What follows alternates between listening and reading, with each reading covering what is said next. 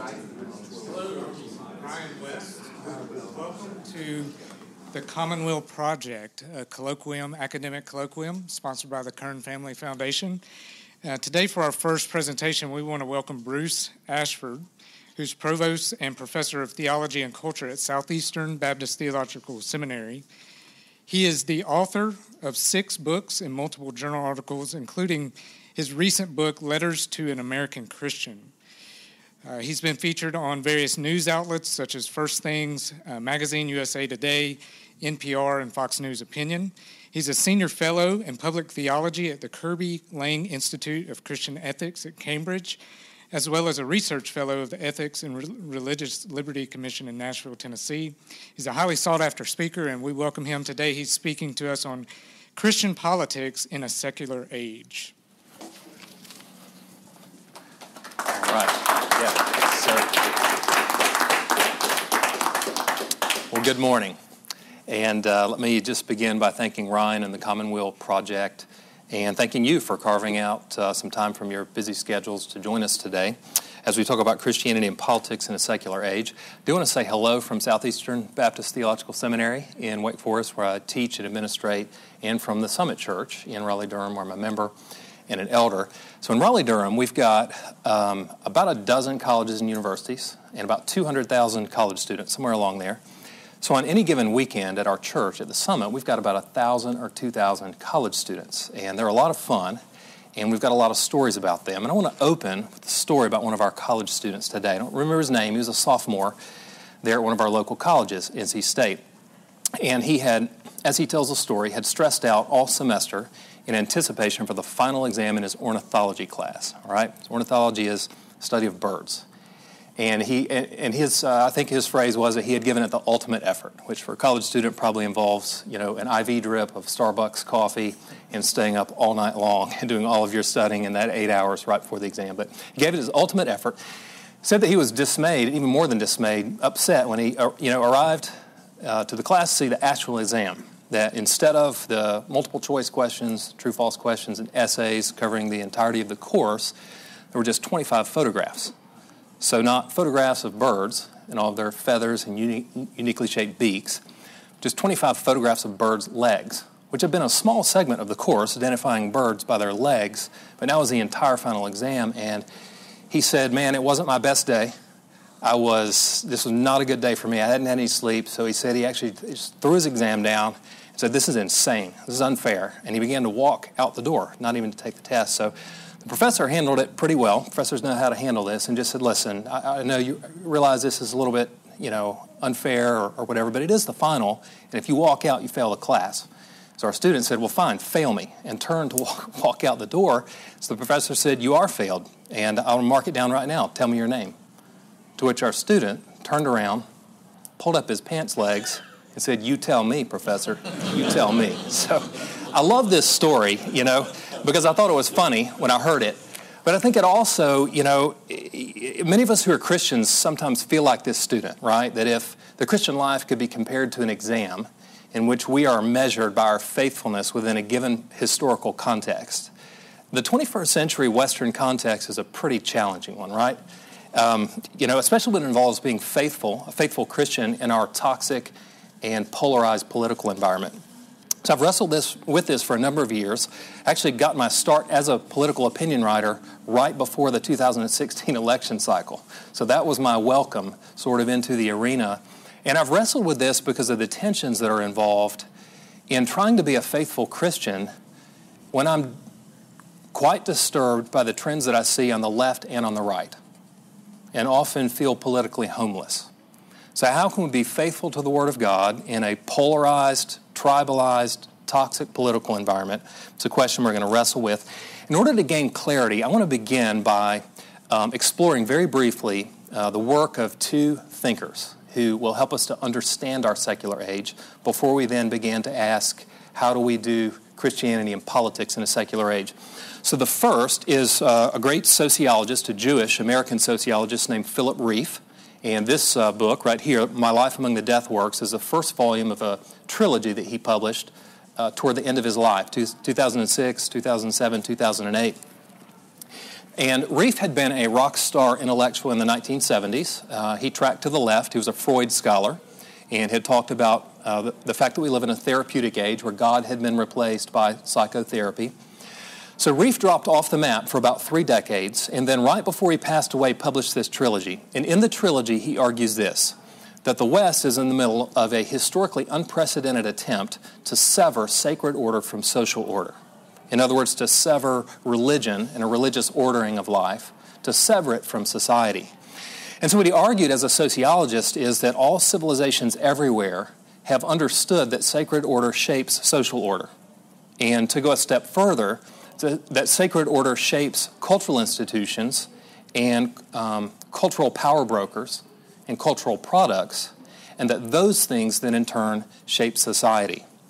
But as Reef argues that for the past 50 or 60 years, that the cultural elite in our nation, which he calls the officer class, ordering the plebes, the privates around, that the cultural elite have tried to do away with all of this and have tried to rip sacred order out from underneath social order, leaving social order to float on its own. And Reef warned, as a sociologist, he was not a Christian, he was not an Orthodox religious believer of any sort. He was Jewish of some type. But he warned, he said that the results of this will be disastrous. And we don't have time to work through what he said the results would be, but I thought his exposition was really helpful.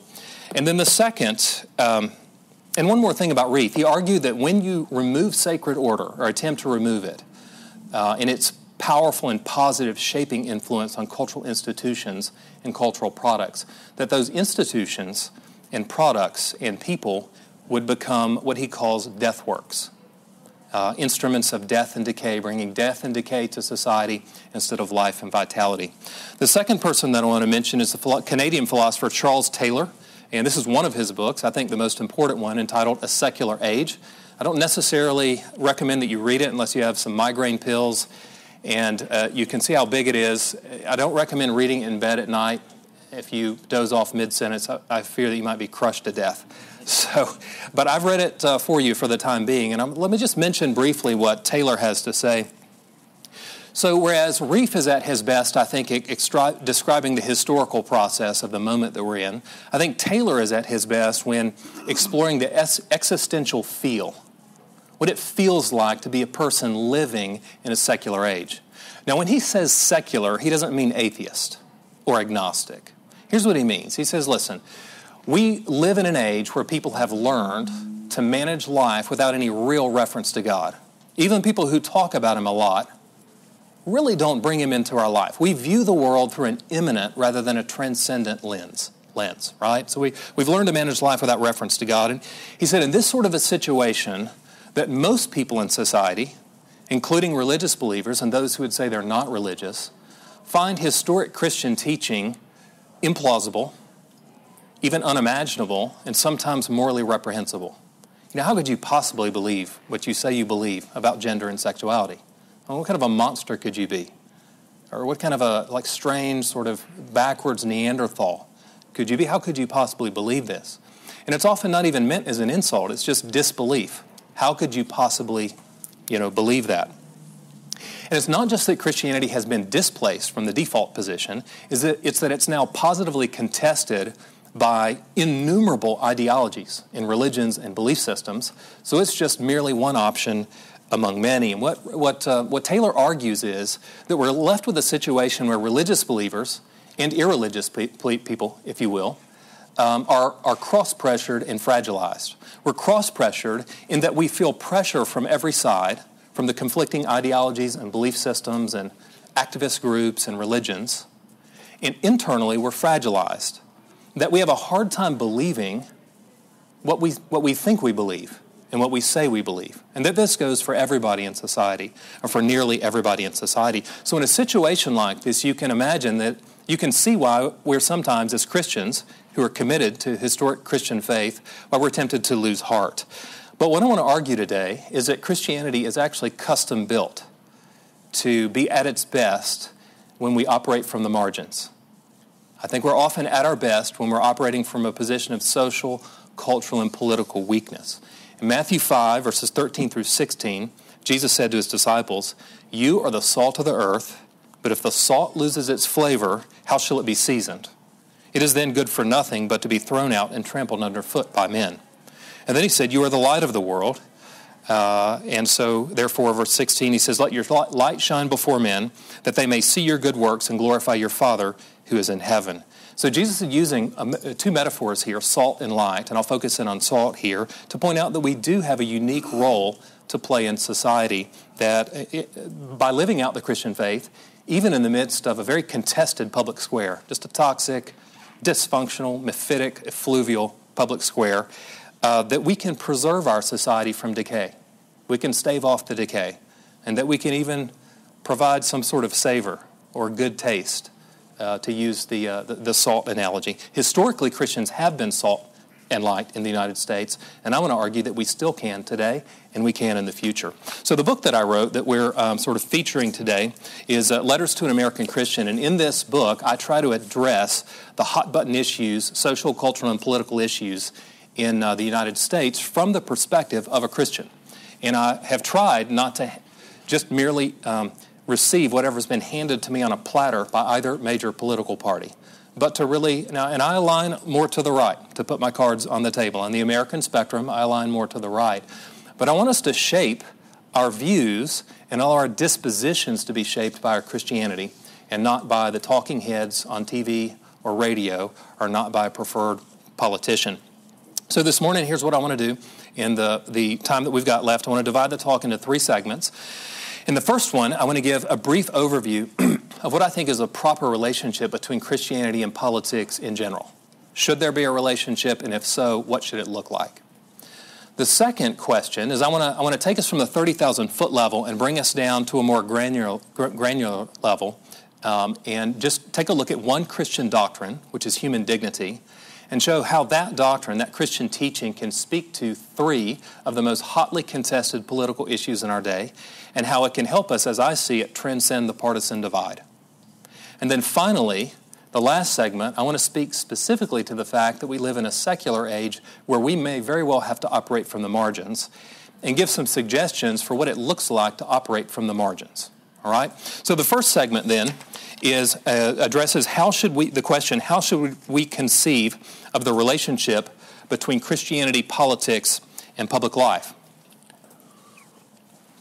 And I want to draw upon the great Dutch theologian who later founded a political party and ran for office and was the Prime Minister of the Netherlands, Abraham Kuyper. So Kuyper argued this, and I agree with him, that if you look at the patterns in the Bible, and you also look at patterns in history, and you take those two patterns and place them together and use them as sort of a lens, if I can mix metaphors here, a lens through which to view the world, you can see that God created different kinds of culture, right? So he created art and science, politics and economics, scholarship and education, marriage and family, business and entrepreneurship, the church. In each of these kinds of culture, he argued, he used a spatial analogy. He said the different kinds of culture could be viewed as spheres, so kind of a circular analogy. And each sphere, he argued, has its own center and its own circumference. So its own center, its reason for being. So art exists for the purpose of aesthetic excellence. Science exists to advance knowledge. Government exists to bring justice to the various individuals and communities under its purview. The church exists to disciple its people around the fact that Jesus is Lord and Jesus is Savior, and then to help God's people to be a light to the surrounding world, right? To be salt and light to the surrounding world. And the point of it is that each of these types of culture has its own unique value, its own role to play in society. But not only does each sphere have a center, each sphere has a circumference, or limits to its jurisdiction.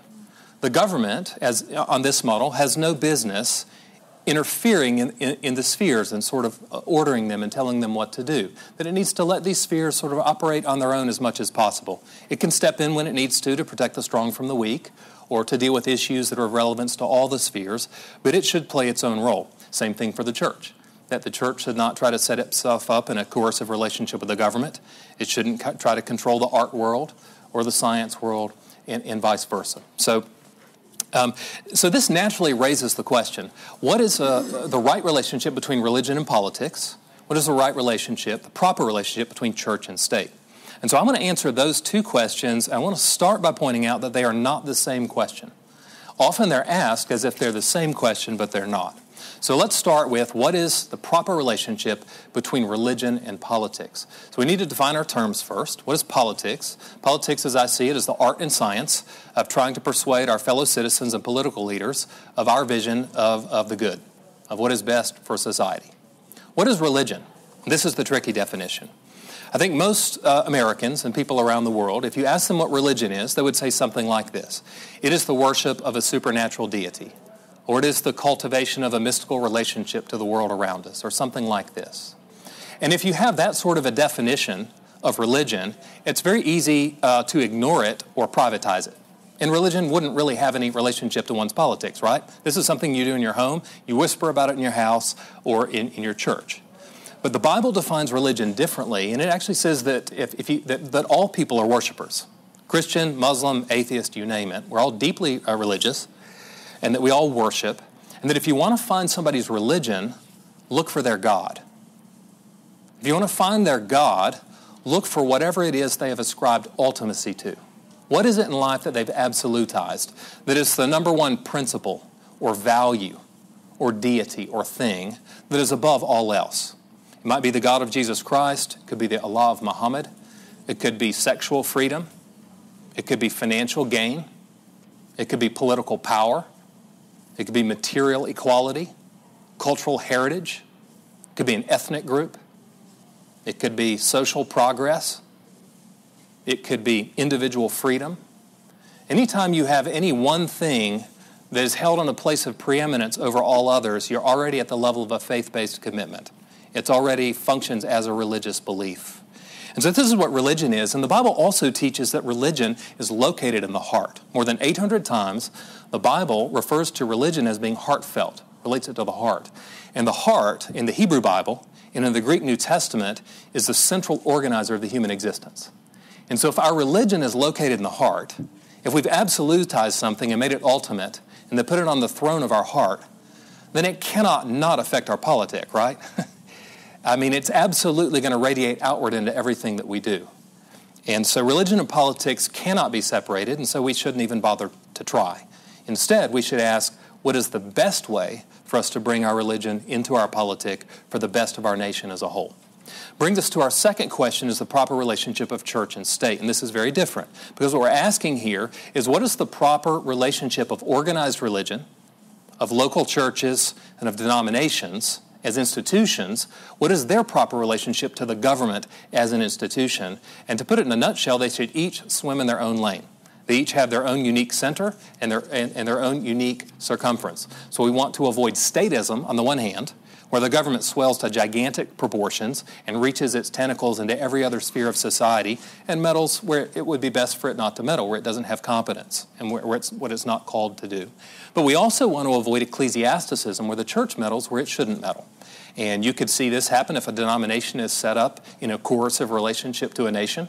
If you were to take the Roman Catholic Church or the Assemblies of God or the Southern Baptist Convention and put them in a coercive relationship over the government, I think you can see it in a local church situation when a pastor says, "Thus saith the Lord," and then departs from the Lord's word and begins to pontificate in public policy issues which he is neither called nor competent to pontificate on. So there are all different sorts of ways of having an inappropriate relationship between church and state. We want to avoid those ways. I think we've got a unique opportunity right now to transcend the weaponized, polarized, tribalized warfare model upon which politics in the United States is premised right now. And we have an opportunity to break society's ability, I want you to hear this, to classify us and therefore dismiss us as the hypocritical and bigoted special interest arm of any one political party or political leader. And we have the opportunity to do this, to gain an audience, and to speak a good word into a bad moment, if and only if we retain our Christian distinctives and don't sell out to any one particular political leader or political party. So that's the big 30,000-foot level question. What do I think is the appropriate relationship of Christianity and politics? And it's that our religion will influence our politics. We might as well not hide it. But we want our religion to influence our politics in the best possible way. for the good of our nation. Now we want to come down to a more granular level and ask a specific question. You're like, okay, Ashford, great. We should let our Christianity shape our politics and public life. Give us an example. Now in the book, I have 27 examples. I've written 27 letters to this hypothetical college student who's just become a Christian and who is attending a prestigious university. And I'm urging him not to take the path carved out by his secular progressive professors and not to take the path carved out by his secular conservative parents. All right? And so I'm going to choose one of the issues out of those 27, and that is the issue of human dignity, which I think is one of the most, if not the most, important issue in global politics today and in American politics in particular. And I want to argue that if we want to contribute to the common good of our nation, and if we want to point a better way forward, if we want to transcend the partisan divide to help point the way forward for everybody, then we need to build a whole life, pro-life ethic. And I want to divide this point into 3 points. I'm going to argue that unborn lives matter, that black lives matter, and that undocumented lives matter. And I think there's a way that Christians in either party, from within their own unique belief systems, can actually affirm all 3 of those things and help people on the left and the right to be their better self. So let me start with unborn lives matter. Why do I believe that unborn lives matter? Why am I against abortion? Let me point to 3 biblical teachings about human dignity. The first is found in Genesis chapter 1, in verses 26 through 28, and where we find that God created man and woman in His image and likeness. Now, this is an absolutely striking teaching. And what it tells us is that God has given to us a great dignity, that we are somehow like God, and therefore have a special value. And it's also our great humility that we are not God and ought not to try to play God. So this is a very important teaching that every person, and that includes unborn persons, is created in the image and the likeness of God. A second teaching is a teaching such as found in Exodus 20, verse 13, where we're told that we shall not murder. In other words, it is never right to take the life of an innocent human being. You have other teachings that accentuate that by saying that we ought to care for the most vulnerable and the weakest among us. And an unborn baby is the single most vulnerable and unprotected type of being in our nation. And then a third teaching would be found in a passage like John 3:16. For God so loved the world that He gave His only begotten Son, that whosoever believes in Him will not perish, but will have everlasting life. And what we find here is that God, in response to our sin, in response to the fact that we have undercut the flourishing that He intended us to have, and that because of our sin, we no longer live in a condition of universal flourishing, delight, justice, order, peace, and rightness. But we exist in a state in which we have conflict between us and God, between us and each other, between us and the created order. That God's response to that was to take on human flesh and to come and live among us. And that even while political, military, and religious leaders colluded to crucify and slaughter the Son of God, that even while that was happening, that God the Trinity colluded to bring the greatest good to our world that the world has ever known. Colluded to save the world, to save us from ourselves. And this is why we value humanity. God created us in His image, says that we ought to respect and protect human life, and that He was willing to go to His death on a cross to save us, to redeem us. But when we're given this line of reasoning, we don't have to limit ourselves to scriptural reasonings. There are other kinds of rationales, medical, legal, sociological, and philosophical, that I'm against the abortion on demand regime. And let me mention a few of those right now. I want to walk through 7 of them, actually, to show you that we can use the thick language of Christian particularity when we want to, and give distinctively Christian reasons, but we can also use thinner and more neutral language that we borrow from the medical community or from sociologists or psychologists or whoever to make our case in that way. So let me give 7 ways that abortion harms society, including every single member of society. Not just Christians, not just women, not just men. So abortion, first of all, more than anything, harms a baby. It's a violent death. Medical technology now shows us the pain that's involved when a baby's life is taken. And the sad fact is this, that a baby in a womb enjoys far less legal protection right now than an endangered species of bird in a forest. And we want to change that situation. We want to care for women who find themselves in very unfortunate situations and in a lot of pain, very confused, abandoned by the man who gave them the baby that they have. We have to find ways of supporting and loving and of giving of ourselves to help them. But find a way of helping them where the baby doesn't die. Abortion is also bad for women. And I'm going to mention a couple of the ways that it's bad for women, because it encourages male irresponsibility and it catalyzes sexually predatory behavior. You don't think there's any connection between the sexually predatory behavior that we've seen increasingly in the past 50 or 60 years, and 30 and 40 years especially, and the openness of it? There is a connection between that and our view of life in the womb. Abortion is bad for men. It marginalizes us. Legally, we have absolutely no say whatsoever what happens to the baby that is half our DNA. And so we're marginalized and stripped of responsibility. And so people who are stripped of responsibility begin to behave irresponsibly. It harms marriage and family, abortion does, because it communicates to a family that it's okay to use lethal violence to solve a problem within the family. And then that multiplies out of proportion in society when we teach that lesson. I want to say that it undermines law-governed democracy. I need you to hear me on this one.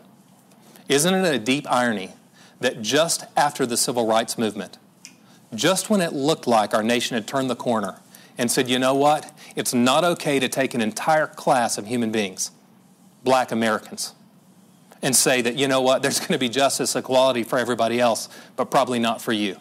Just when we had turned the corner, 5 of the Ivy League lawyers of the Supreme Court declared in 1973, well, as a matter of fact, there will be an entire class of human beings, unborn babies, for whom there will not be justice and there will not be equality.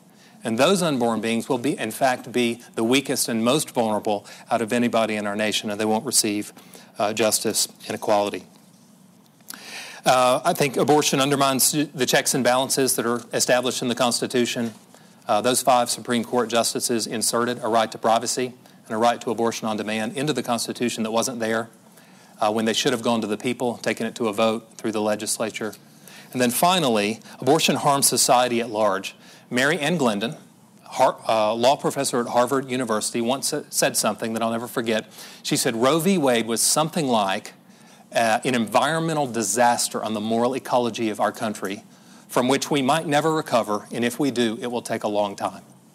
It was an environmental disaster, I think, in that it eroded our moral foundations, numbed our collective consciences. It undermined our most basic moral intuitions so that we engage in self-deception and linguistic camouflage. We refer to a baby that's just been violently killed. We refer to that baby as products of conception. We have to fool ourselves in order to be able to get along with what's going on. But the second of all, I think there might be a lot of conservatives in the room and watching today who are maybe cheering on what I say right now. But the sword cuts both ways. And I want to say a few things right now that might make some conservatives uncomfortable. I'm a conservative political opinion writer. And so, I understand that. I understand the tension there. But I want to say that black lives matter. And that the conservative movement in the United States, even among people who are not personally prejudiced, and even among people like me who could not buy in politically to the whole ideological agenda of the BLM movement, even people like us have done a sorry job, I think, a sorry job of affirming consistently and repeatedly and publicly, and of acting on our affirmation to ensure that our black brothers and sisters and Hispanic brothers and sisters understand that we think and that we will fight for them to be treated with every bit of the dignity that the white community has been treated with. And we've got to find a way of doing that. I've been white in America for 44 years. The whole time I've been white. And so I think I can speak to this, that I think we have trouble even understanding racism, right? We have difficulty understanding prejudice in its many dimensions individually. And then we have difficulty understanding a clear biblical teaching. And that teaching is this, that when you have individual sin, sin on the individual level in a society, that when that sin coalesces in a society, when it combines, when you have, for example, personal prejudice among millions of people, then on the social and cultural level, it warps and twists cultural institutions. And that goes not just for racism, it goes for any sin, sexual libertinism, greed, anything. Sins warp institutions at the cultural level. And I think if I'm speaking to conservatives right now, and especially white conservatives, because I am one, we need to understand racism. We need to be at the front of the parade working against it, because black lives do matter every bit as much as white lives matter to God. And then third, I want to say that undocumented lives matter. No matter where you stand on how many immigrants we should allow into our country, and to an extent, no matter where you stand on how many refugees we should accept who are fleeing war, there is a better path forward than the path our nation has taken in recent years. That there is a way to uphold justice and mercy. There's a lot of smart people in Congress. There's even a genius or two, I've been told, who are up there as political leaders. And they can find a way to uphold law and order and still give people the dignity they deserve. This has been argued, I think, most powerfully by Richard Land and Barrett Duke at the ERLC in a paper they wrote probably 10 or 12 years ago, but has been argued recently by many other people. And so I think if we can do this, if we can let clear biblical teaching on moral issues help us to make strong application to political issues, we can, to some extent, transcend the bipartisan political divide. I, as a conservative, can maybe help conservatives, we who are conservatives, help conservatives be their better self. But people who are more on the left can do the same thing, I think, for the left. The final question that I want to ask here and address is, well, then how can we be salt and light, particularly and especially when we're operating from the social, cultural, and political margins? First, I want to be clear that we're not really that marginalized, all right? You've got Christians historically, in most places and most times, Christians have been opposed even by the sword, right? They've lived out their Christianity under the threat of the sword, under the threat of persecution. They've been martyred. And so when we say that we're operating from the margins, it's quite a different situation. But nonetheless, it's really true. We have, Christianity once had a central position in society, and it shaped our cultural institutions and our politics in a way that now it no longer does. And so the question is, what does it look like to be a Christian witness in the political realm when many of the power brokers and many of our citizens on the left and the right reject historic Christian teaching? Even if they pay lip service to it, their actions and their other words show that it's really and truly been rejected. How do we give witness in the political realm when many citizens, maybe most of them, if they're going to be completely honest, find historic Christian teaching implausible, unimaginable? How could you really believe that stuff? What kind of a person? Are you just really ignorant and haven't moved forward, with the times? Are you an evil person, full of hate and a bigot? And we're tempted to lose heart, I think, in a secular age. We're tempted, but I want to remind us again, that Christianity was custom built to flourish in the midst of opposition. Jesus did his ministry, forged his ministry in the midst of opposition. He was crucified for it. In John 20:21, he gathers his disciples after he's been crucified and resurrected, and he says to them, "As the Father sent me, so I send you."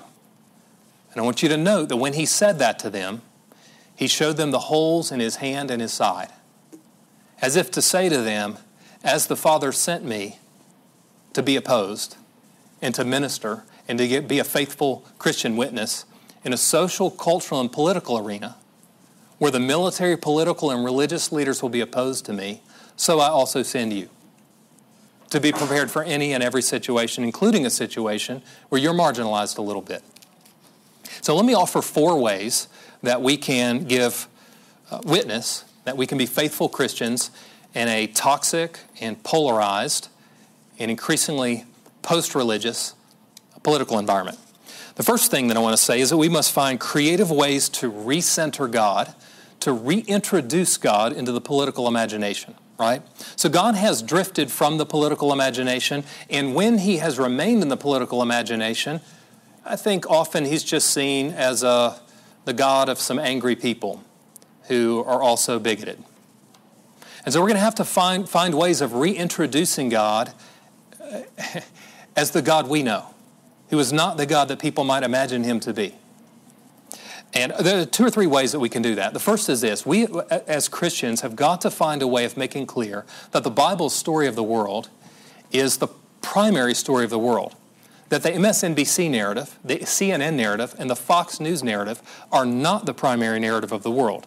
They're, in fact, bit players within the grand sweep of things.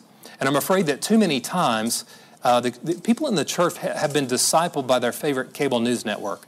They sat in their homes for hours at a time listening to talking heads who view Christians as useful idiots, even when they use Christian language in their shows and go to war against all the horrible people on the other side of the political aisle who should be crushed and annihilated.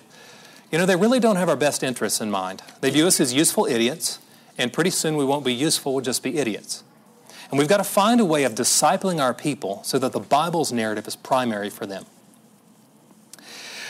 Second, we have to find ways of exposing, revealing the true nature of religion.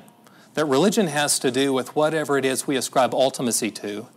And whatever we ascribe ultimacy to is going to have serious repercussions in our personal lives and in the social and political arena, right? This was Augustine's, one of his many profound points, is to say we need to point out idols, false gods in the public square. We need to unmask them for what they are, and then point our people to to a God, a real God, a God who alone can save, a God who alone can give us the transcendent moral framework around which we can order our society. And you know, we can do that in a couple of ways. One is we can take some of the perennial human idols like sex and money and power, and we can trace out their twisting influence in culture and politics, and then try to help untwist what's been twisted. Another way of doing it is to identify modern political ideologies: conservatism, progressivism, nationalism, socialism, libertarianism. I've missed a couple. But all of the isms tend to be idolatrous. They tend to take some aspect of God's created order and elevate it above God himself. And when they do that, and that's a faith-based commitment to do that, it becomes a God. When they do that, the thing that they've elevated becomes a club that beats down other good aspects of God's creation. We need to find creative ways of unmasking those idols for what they are, good things that God created, but bad gods, things that shouldn't be made into social, cultural, and political gods. So number one, we have to find creative ways to recenter God. Number two, I think we need to realize that it is impossible to recenter God, to reintroduce him into the public imagination, if we are not at the same time willing to decenter the self. There's not room at the center stage for two. There's room at the center of the stage only for one. And so how do we decenter ourselves? I think one of the ways we can decenter ourselves is in the middle of identity politics. And what I mean by that phrase right now, I think it's actually fine to show your identity and to argue for a political arrangement that will help your people that are like you, whether that's economic or social or racial or whatever. But identity politics becomes toxic and destroys a democracy, in my opinion, when the different tribes begin seeking only what is best for themselves. So instead of that, what Christians can do is we can find ways to make clear that we want to seek what is good for the entirety of our nation, including all of the different identities, if you will, or special interest groups within our nation. There aren't many people doing that right now, not with genuine goodwill. If we can find a way to do that, I think we can speak a good word into a bad moment. And then secondly, is we have got to find a way of standing there in the moment, in the midst of the ugliness, in the midst of politicians, major political leaders, talk show hosts, and even Christian leaders who, as a general rule of thumb, operate like this. The people on the other side of the political aisle are morally reprehensible people in whom nothing good can be found. Or at least we're saying that because it gets more clicks on the website, it gets us more views, earns us more money, or gives us more power. But we're going to say that. And so we're going to justify the righteousness of our cause. We're going to justify anything. We're going to justify any means toward the end of helping our cause win. We will systematically and consistently tell partial truths about the other side of the aisle on our cable news network, in our newspaper, the New York Times or the Wall Street Journal or whatever, or on our radio show or on our political talk show. We'll systematically tell partial truths. We will tell you that we will take every bad thing that has been done by any one person on the other side of an aisle. We will take all of those bad traits, put them into an aggregate profile, and place that profile on every single person on the other side of the political aisle so that they can effectively be demonized. They're evil. And we can then justify our partial truths, lies, our degrading and demeaning language about them. And so there's a unique opportunity for us to bypass that. And I know what the answer is. I hear it all the time. It said, well, we can't be soft. We've got to be tough. There is a way of being tough. Jesus was tough. He operated with truth and grace at all times. He had truth content and a gracious disposition. He didn't demean and degrade. Truth without grace makes us political jerks and asses. Grace without truth makes us political wimps and non-entities. It's that unique combination of truth and grace that Jesus described that we want to aim for. Third, we want to find ways to reframe the issues of our day in light of the Bible's teaching. I tried to do that a moment ago with human dignity, and that's only one of the Bible's many teachings.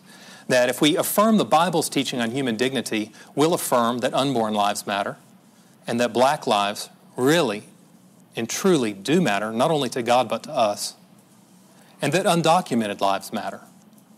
That all people should be treated with the dignity that they deserve, having been created in the image and likeness of God, and with Christ's blood being shed on behalf of them. But there's any number of other issues, and what we need to determine is this, that we will be faithful to Christ the King and let the chips fall where they may. We'll be faithful to Christ the King, and hopefully, if He grants us a gift, we'll be able to break society's ability to classify us and dismiss us as the hypocritical and bigoted special interest arm of some political interest group or party or political leader. And then finally, and that would allow us to make Christianity interesting again, MCIA. We can make a hat. Number 4, we should work hard to revitalize our nation's cultural institutions. I think, let me speak just for conservative Christians for a moment. I am one. We've put too many of our eggs in the basket of short-term political activism in the past 30 years. Short-term political activism has its place. It's not wrong to engage in it, but it's almost as if for us that's been most of the game. And when you do that, the problem is two things. Number one, you're putting all of your eggs in the basket of politics when there's so many other avenues to bring change in society. Then number two, you're putting all of your hopes in the short term rather than in the long haul. So instead of that, instead of putting all of our eggs in the basket of politics, let's realize that we need to carve out a path of Christian faithfulness in all of those spheres of culture I mentioned. Art, science, education, scholarship, politics, economics, sports and competition, church and state, marriage and family. And that when we are faithfully present, and working to untwist what has been twisted in each of these areas, the combined or cumulative witness, the power of it is all the greater. And then we want to be careful with panic politics. The entire future of our nation rides on this election. That's been true for decades now, we've been told. That the history of our nation rides entirely on this election, and we will absolutely burn the barns and put ourselves in a full frontal embrace with whichever political leader we think will be the Messiah for us. We cannot do that as Christians. That's the perception of us, and often for good reason. There's some reasons that's the perception, and we need to break the perception and instead work for a long-term witness. What actions, what dispositions, what type of speech set us up for success over the next 30, 40, 50 years so that our children and our grandchildren can flourish? And then in conclusion, I just want to say, and I hope you've gained this, I hope I don't have to say this, just that the relationship of Christianity, politics, and public life is not an insignificant matter. And that our secular age is, in some ways, an especially challenging one for Bible-believing Christians. Socially, many people find our beliefs implausible, unimaginable, and maybe even evil. Culturally, our nation's institutions are decreasingly shaped by the Christian ethic. And then politically, we're seeing the rise increasingly of a post-Christian left and right. Not entirely. There's still lots of good, faithful Christian people involved in politics. But on the whole, that's what we're seeing. We're seeing secular ways of thinking, secular ways of acting and behaving and misbehaving in the public square. And I don't think, unless God grants us a special exemption, I don't think that's going to stop in the near future. I think this is the new normal. We ought to work to make it not the new normal, but there's a chance that this is the new normal. Our society will lose much of what is good if it rejects the Christian aspect of its heritage, such as the Christian teaching on human dignity. And that is why I want to encourage us to embrace this moment. You know, it's a difficult moment for Bible-believing Christians, but instead of sort of slouching away in withdrawal on the one hand, or charging into an angry activism, panic politics on the other hand, in which we justify any sort of means so that we can get the end that we think is important. Instead of that, let's practice a faithful Christian witness over the long haul. Maintain our Christian commitments, our Christian composure, and our Christian calling. And as we land the plane now, I want to go back to John 20:21, where Jesus had just been crucified, buried, and on the third day rose from the dead. He appears to his disciples. They're afraid. They're in a defensive posture, sort of hiding, afraid for their own lives. And Jesus appears to them through locked doors and comes to them and shows them the holes in his hands and his side so that they would know it was him. And then he says, "As the Father has sent me, so I send you." Ultimately saying to them, I'm going to send you into the world the same way the Father sent me, and you'll likely be opposed just like I was opposed, and I will be with you always, even unto the end, he says in Matthew's version of that same passage. And so we have to ask, how did the Father send Jesus? Well, I've tried to summarize it in this lecture. The Father sent Jesus to be prophetic. Jesus spoke the truth to power. He declared in 1,000 different ways that Jesus is Lord and Caesar is not. And so our allegiances to any political party or leader should be tentative. Occupants to Caesar's throne come and go. Jesus remains forever. He's the king forever. So he was prophetic. Number two, he was sacrificial. He decentered himself.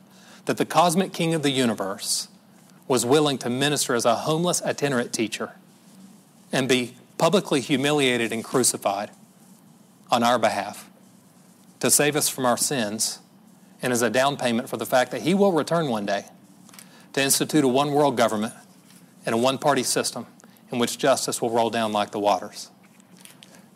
And then finally, if we want to be like Jesus, we're going to be humbly confident that we've got a confidence that he will return one day to set the world aright. But we're humble because it won't be us who does it.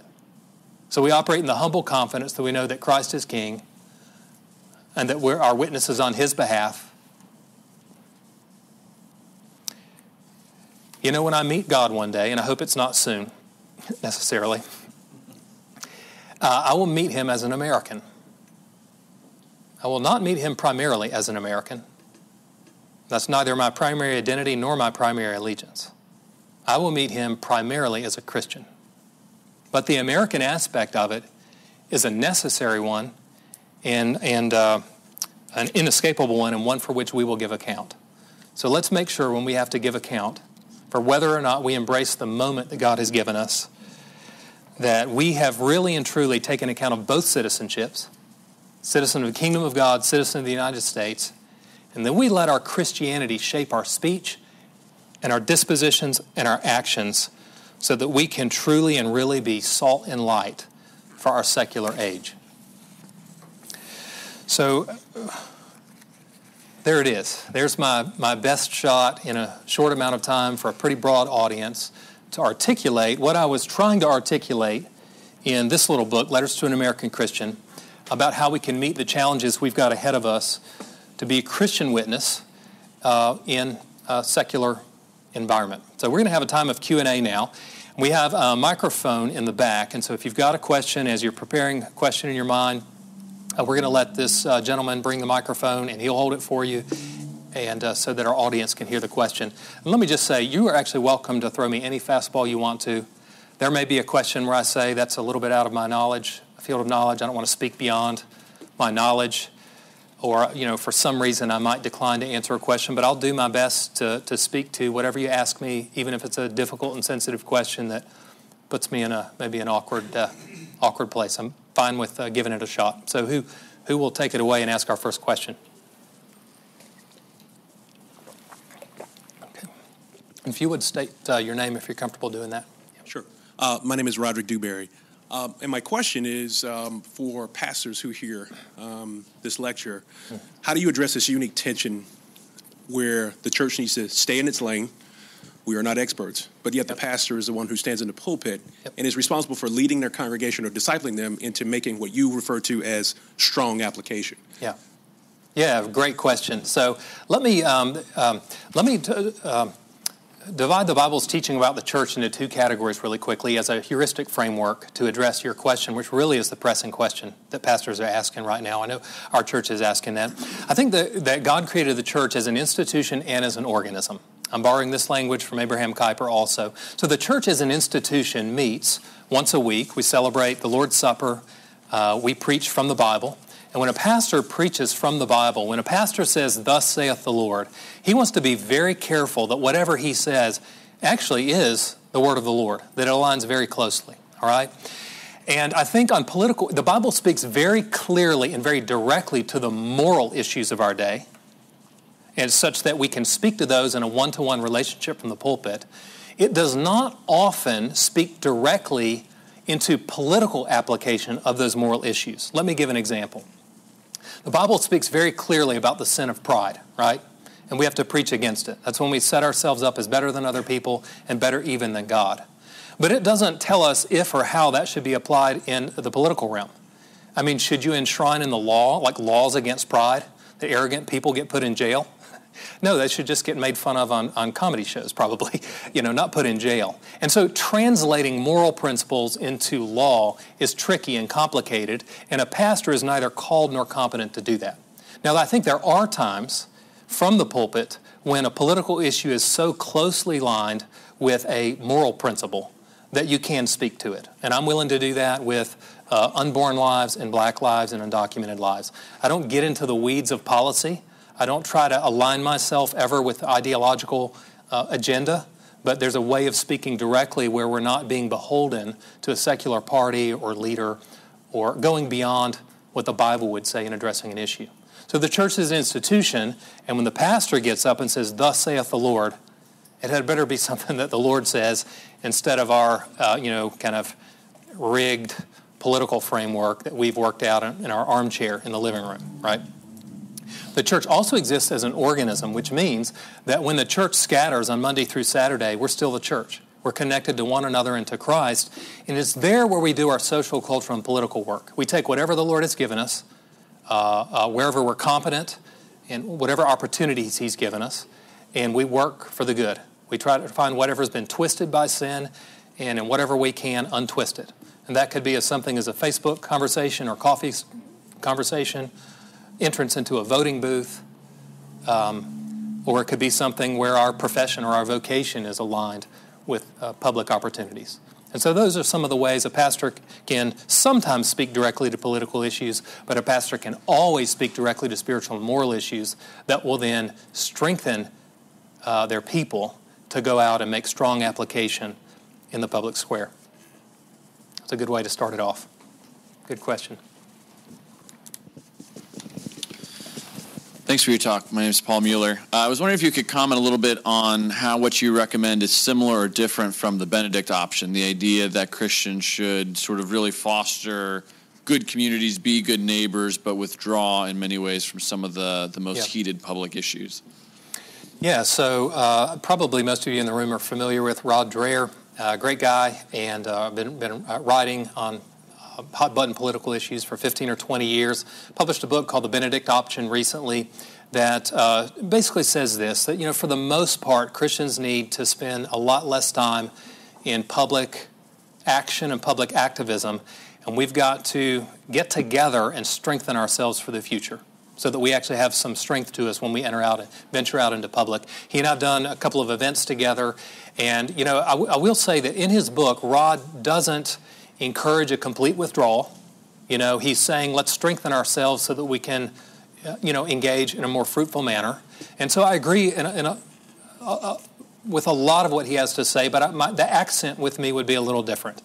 I would accentuate a little bit more the necessity of public engagement, public action, and so forth, and would want us, and instead of taking energy away from our public face and putting it towards strengthening ourselves in the church, I would say let's take some energy away from watching ball games, for 12 hours on the weekends. It's okay to watch them, but there's other places where we can take some of our energy and put it into strengthening ourselves. But I appreciate what Rod is doing. He's actually started a national conversation at a level that none of the rest of us have been able to.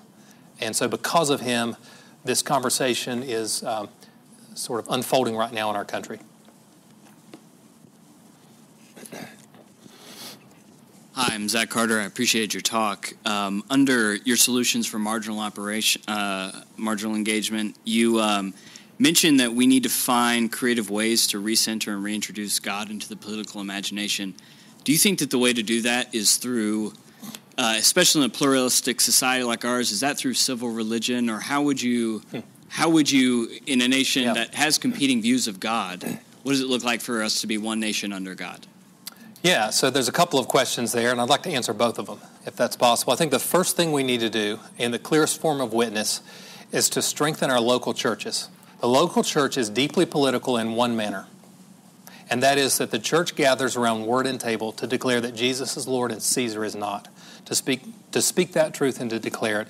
And to the extent that we can align our lives so that we consistently live out that confession, that is the single most important thing we can do. The second thing we can do is, I don't necessarily like the phrase civil religion. It's a loaded phrase, but we do need to learn how to translate our Christian belief into the public square and public debates. When we do that, sometimes we're just going to use thick Christian language. We're going to put all of our cards on the table and give our full rationale in the fullness of who we are as Christians. There are going to be other times where it's more profitable for us not to do that, for us to use more neutral argumentation, language that is not as specifically Christian. And I tried to show you how we might do that when we talked about human dignity. So I think that's another answer. The phrase "one nation under God," I wrote a book by that title, 2015, and right before the ascent of Clinton and Trump in that election cycle. I didn't know what was about to hit us when I wrote it, and the title of the book actually ended up getting a lot of attention. So what do I mean if I use the phrase "one nation under God"? I would say that for me, that phrase is a theological fact and a moral aspiration. It is a theological fact that the United States and Saudi Arabia and Turkey and China are nations under God's sovereignty. He is the cosmic king over every one of those nations. We are under his sovereign reign. But for me, and I think for us, it's a moral aspiration for our own nation, that God would somehow have mercy on us and help us in our attempts to persuade other members of our society that the Christian vision of the good life is actually what's best for the world. Not just what's best for Christians, but what's best for society as a whole. And so if we use "one nation under God" language, I think we need to be very clear in what we're saying and what we're not saying. I don't think we're a uniquely chosen nation like Israel. I would not want to use that language. If God has chosen us for unique things, we're not dead sure what those things are. I mean, I think God has used our nation in some good ways in the past, but also some negative ways. So I don't want to, some sort of pride, say that we're better than all the rest. We'll let God handle that out. He can rank the nations.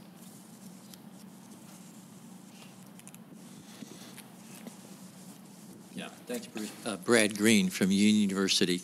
Just had a question about, you've written the book, Letters to An American Christian. Yep. You're in your 40s, I'm in my 50s. We both teach often younger students, sometimes much younger.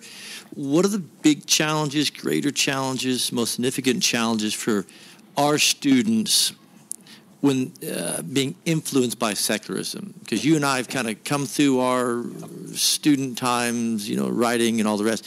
But students in their 20s, maybe even 30s, it's a little bit of a different animal, and that the culture is different from when you and I were students 20, 30 years ago. So the question, Brad Green, by the way, is an Augustine scholar whose work I've benefited from. And Thank you for your question. So we deal with teaching 18-year-olds and 20-year-olds. And those 18 and 20-year-olds come to us in a slightly different condition than they did 20 years ago. And I think I would first of all want to speak to the technology for a moment. That the students that come to us now are a lot less likely to have read books, or sometimes any book at all the way through when they come to us. But they have had a lot of time texting. Their thumbs probably already are afflicted with carpal tunnel syndrome.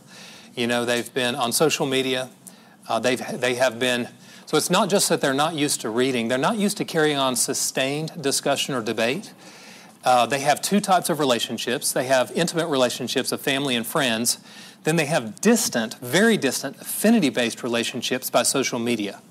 And they're unsure of how to navigate these middle relationships of real people that are in a room with them.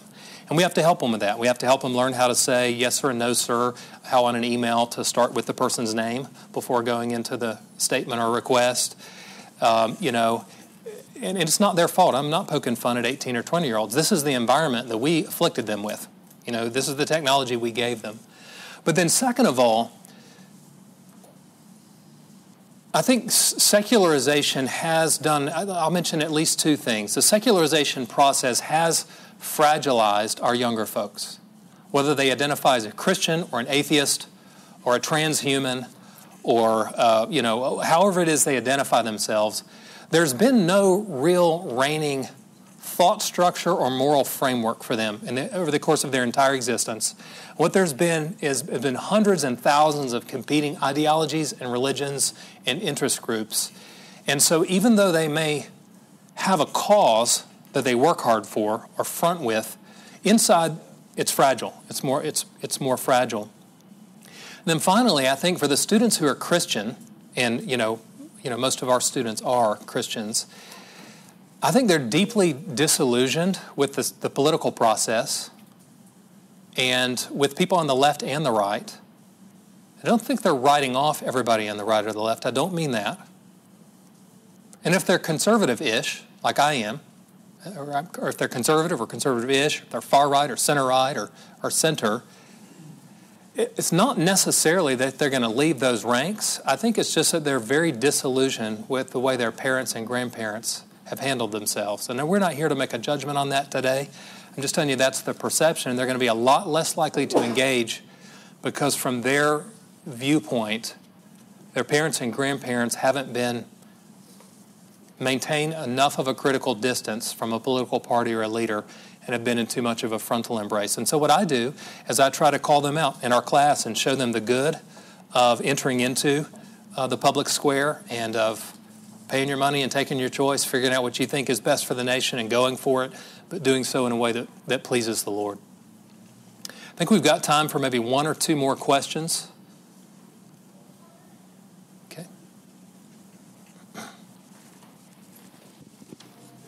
James Thobaben from Asbury. This is more an analytical question. First of all, I really appreciated the presentation, and I think maybe the second bullet point you just raised may have partially answered something I was wondering about. But early, and this is probably the only point of disagreement for me, you seem to be implying an Augustinian argument about what one loves and idols that arise. Yeah. And I genuinely wonder whether part of the issue now is that there are no idols. There is nothing.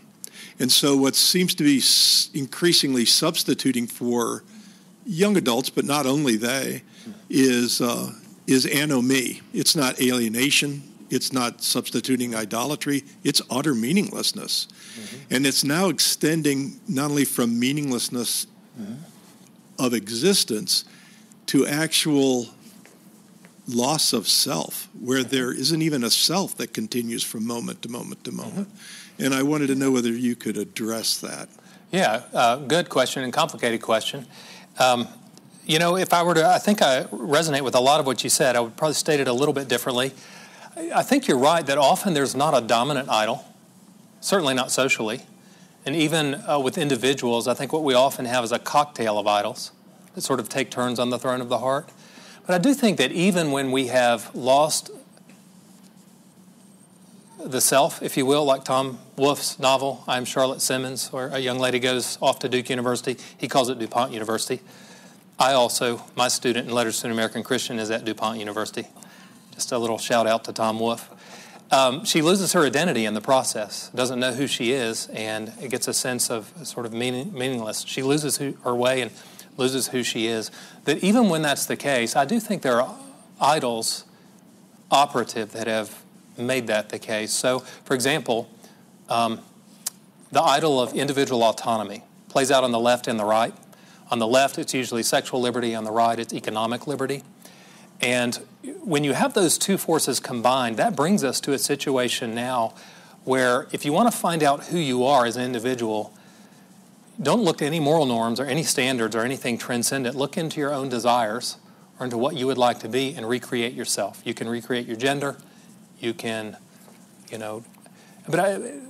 so even when that's the case, I do think there are idols operative, and that may have been what you were saying. But good question. Okay, we've got two more, and then I think we'll need to wrap up. Evan Carter, and I don't know how to phrase this, so maybe just start talking once I get it all out. But I struggle with this tension of voting my conscience, which is sometimes, for me personally, is maybe more balanced, and knowing that my vote necessarily, I don't want to make a vote out of fear. Oftentimes, but I do over conscience.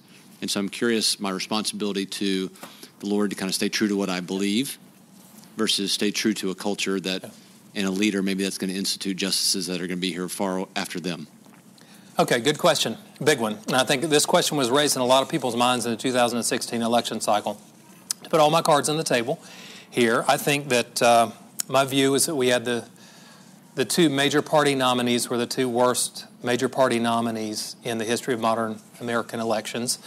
And that's what we were handed on a platter. And it was a tough choice. And I've got friends who decided in a number of different ways, and I respect each of those friends.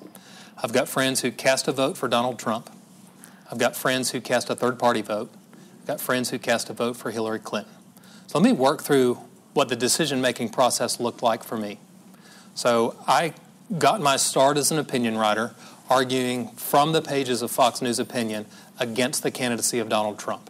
And so that's what put me on the map and purchased for me the unique group of trolls who follow me everywhere I go.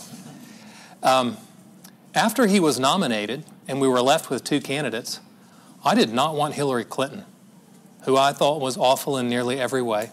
She's not an entirely evil person. I mean, Satan is the only one who's thoroughly evil. I'm not saying anything like that. I'm just saying I did not want Hillary Clinton as a president. I had to make a decision in a two-party system, which our founding fathers did not envision. They never envisioned that. But in the two-party system we have, those two parties depend on each other. They polarize and demonize each other, and it benefits them very well. They hand off elections to one another, Supreme Court takedowns to one another. I mean, this is what they do. In terms of media outlets, the way things have played out now, this is also very beneficial for media outlets because if you want clicks and views, that comes by way of anger and fear. And so if you can mobilize your people to be very angry and very afraid of the horrible people on the other side of the aisle will assist by being very angry at you and everything you believe. So in that sort of a situation, I think increasingly in the future, we will be faced with candidates, neither of whom really and truly represent us in an especially meaningful way. And there's a couple of things you can do, in my opinion. One is you can just say, listen, we're not going to get anyone who really represents us, so we're going to vote for the person we think will do the best for us on the whole, knowing that they may very well upset us, bother us, and do things we don't like. That is one legitimate choice. If you take that choice, then I think you have to be careful to not be in a full frontal embrace with that candidate. You can vote for them. You can say why you voted for them. You can call balls and strikes. You can cheer for them when they do right, but make sure that you also point out when they do wrong. And I think that's where people on the left and the right have failed. We've circled the wagons, and we're unwilling even really to give a gentle public critique of the people we're loyal to. Because we see politics as nothing but warfare, we have to have absolute loyalty to the people on our side so that we can crush and humiliate the people on the other side. So if you do take that approach, and it's a fine approach, I think, make sure that you maintain an appropriate distance. The other approach is that sometimes it's bad enough that you cast a third-party vote. That's what I did in the election. I cast a third-party vote. I'm not going to tell you I voted for. It might have been my wife. But, in that instance, for me, I thought that the long-term damage to the country and to our Christian witness would be a very different type of long-term damage with Trump and Clinton. But the long-term damage would be significant with either, so I cast a third-party vote. The answer back to me is, well, you wasted your vote, and other types of answers back to me. They're not so kindly stated, but a vote can serve more than one function. A vote can be used to push a political candidate to the top, but it is absurd to think that's the only reason you can use it. Because if that's the only reason you use a vote, then when the polls have made clear who's going to win an election, you might as well stay home. Why cast the vote against a losing candidate or for a losing candidate? A vote can also be used as a voice in a protest. I don't think usually we want that to be the case in a two-party system, but sometimes, as I see it, that's the best way to do it. One more question. My name's John Taylor. Question relates to what you were just saying then about the way we do political debate in this country, and it seems to me that we debate politically in a kind of trench warfare fashion. Dig your position, dig my position. We shoot at each other across no man's land. Woe betide anybody who comes in between. Yeah. And it seems to me, but it also seems to me that we do theological debate very much in the same way. And so I wonder whether, there's a cultural change that we need, that we can start from within if we're going to have an impact in the nation. And given the fact that we're often so theologically divided, how do we do that with a united voice? Oh, fantastic point. I mean, the point is that often our theological debates mirror our political debates. And I think that's in part because many believers have been unwittingly discipled, formed in the depths of who they are by watching hours upon hours upon hours of talk radio, talk TV, and so forth. And so even unwittingly, we accept social and cultural norms that don't resonate with Scripture, ways of acting and speaking. And you're right. I think that when we carve out a better path, it's going to have to be in our political debate, but also in our intramural Christian discussion and debate. That unfortunately the church often is affected more by society and culture than vice versa. Well, let me thank you for your kindness in listening to me. I'm tired of hearing myself talk, so I know that you are. And so we're going to land the plane. And I don't know if I'm supposed to do this right now or not, but I want to close this in prayer and ask and pray to the Lord Christ, who we confess as King, that He would help us to be our better selves as Christians, to be a better witness than we have been in the past, and to be the kind of witness He wants us to be in the future. So why don't we pray together? Father, we pray to you in the name of your Son and by the power of your Spirit. And together we speak with one voice this morning to thank you for your goodness to us, that you created the world good so that we could flourish under your reign, and that even in spite of the fact that we rebel against you and seek to set ourselves up as kings over this world, that you in your goodness to us have provided us a way of salvation from our sin through your Son. We thank you especially that you promise that you will send your Son again, that he will return to set the world to rights, to rid it of sin and its consequences. And when he returns, justice will roll down like the waters. And our prayer is that you will help us as a Christian community to find a way past our many deficiencies, Father, to lean in dependence upon you so that we can speak a good word into a bad moment in our nation, so that we can be a good witness for you in our secular age, so that our life together as Christians can be something like a preview of your coming kingdom, where justice will roll down like the waters, and where we as humans will once again experience a universal flourishing, delight, goodness, and justice. We'll experience a right relationship with you and with the world around us.